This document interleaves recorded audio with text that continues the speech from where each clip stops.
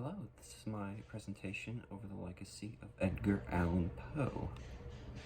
Edgar Allan Poe is one of the great authors of his generation, and without him there probably wouldn't even be a horror genre. It would not be the popular genre it is today. And his works prove that he is one of the great authors of his time, and that his legacy continues to live on. I will be discussing three of his most popular works. They are Annabel Lee, The Raven, and The Telltale Heart. I will be using these stories to prove why his legacy continues to live on today. So, Annabel Lee is a very interesting work from Poe. It's a complete departure from his regular mystery horror stories. This is a work in a romantic genre, and it's a poem that was published sadly the year he mysteriously passed away.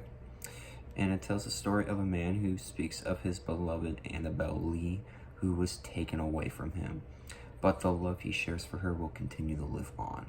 Now, it is unclear who he wrote this about. It could have been his deceased wife, who was also his cousin, Virginia Clem, or it could have been his childhood sweetheart, who he was engaged to that year, Sarah Royster. Now, The Raven is obviously one of his more popular stories, and loss and grief are themes ever present throughout a majority of his works.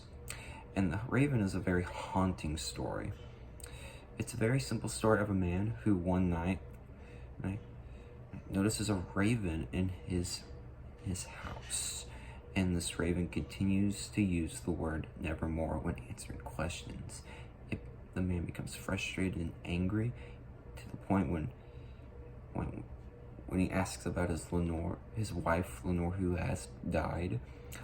He becomes angry and frustrated. And this is a very great story, and it continues to live on. The Telltale Heart is one of Poe's most popular stories, and something that Poe uses to a great extent throughout many of his stories is the first-person narrative. He uses this device to delve into the human psyche, and The Telltale Heart is no exception, especially when it comes to the ending of the story. So what happens in the story is it tells of a man who murders an old man and puts him underneath the floorboards, I believe, in his house. And after his death, he hears the thumping of the old man's heart, which drives him to insanity. And The Telltale Heart is a phenomenal piece of work from Edgar Allan Poe.